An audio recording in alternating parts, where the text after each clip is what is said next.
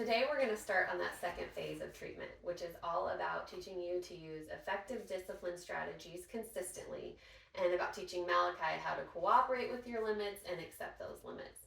And we're going to use the same procedure throughout where we're giving effective instructions, one warning statement, and then we're just going to adjust our consequence as we go through. So today we're going to be learning the first consequence, which is called the big ignore.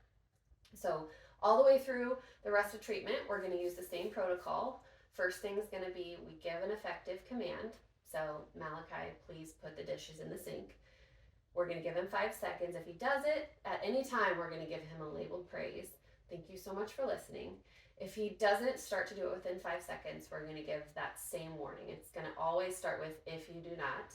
Then we'll fill in the blank of the command and then whatever consequence we're using. So it might sound like if you do not put the dishes in the sink, I'm going to turn and ignore.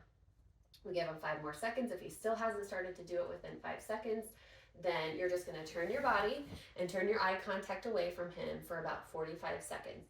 You're not going to answer him. You're not going to talk to him. You're not going to respond in any way. And then after that 45 seconds is over, you're just going to turn your attention back to him, start talking again, keep it positive. I wouldn't comment on him not listening. I wouldn't try to get him to do that task again. We're just going to let that go for now so that he learns when I listen, I get this positive attention from Dad, and when I don't, it's just boring. Questions so far? I mean, to me, it just seems like he would be winning. Like, wouldn't he just do that, and then I'd feel kind of silly looking away. Like, how's this going to really work? Yep, that's a great point. Lots of people bring that up, and I think you're right.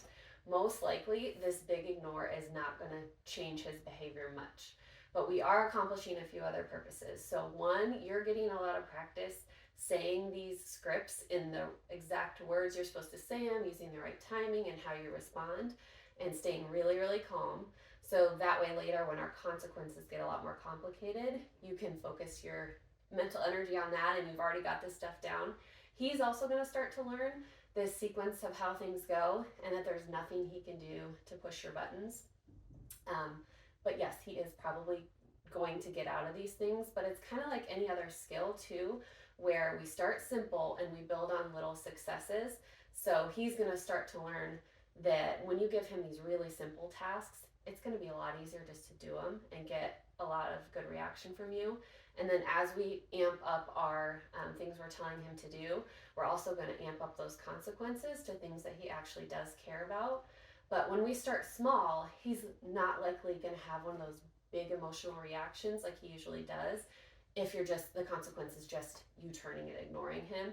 And then as he gets better at following this and you get better at it, then when we get to a consequence that he actually does care about, he's going to be a lot more likely to accept that because he's just used to following that direction. Okay.